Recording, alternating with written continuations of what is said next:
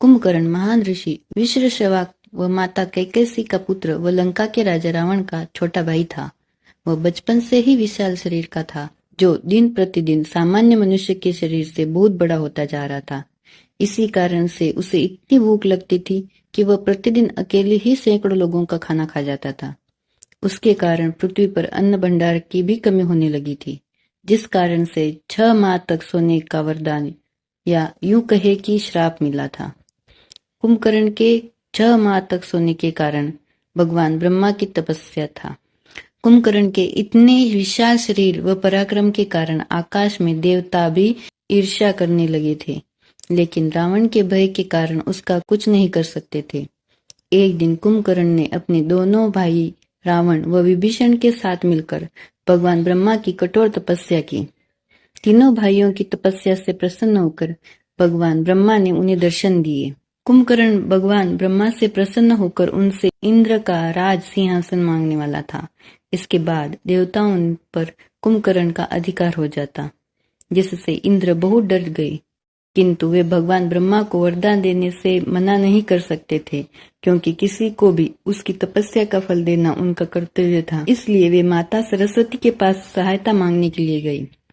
जब देव इंद्र माता सरस्वती के पास गए व उन्हें सारी बात बताई, तो माता सरस्वती ने एक योजना बनाई।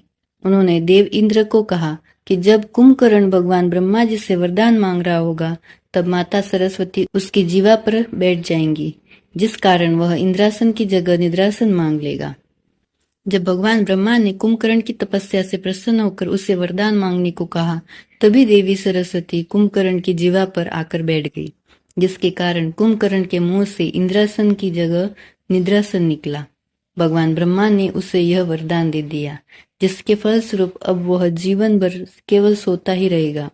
यह देखकर कुंभकर्ण व उसके दोनों भाई बहुत डर गए। जब रावण ने अपने भाई की यह स्थिति देखी, तो उसने भगवान ब्रह्मा से याचना की कि जिस मनुष्य को आपने बनाया है, उसे आप इस तरह जीवन भर के लिए नींद में सुलाकर उसका जीवन मृत्यु से पहले ही समाप्त कर देंगे।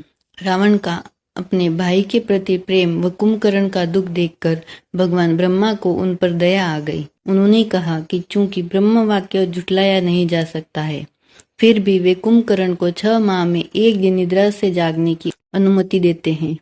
अर्थात कुंभकर्ण 6 माह तक गहरी निद्रा में सोएगा, वो केवल एक दिन के लिए जागेगा तथा उसके पश्चात फिर 6 मास के लिए सो जाएगा।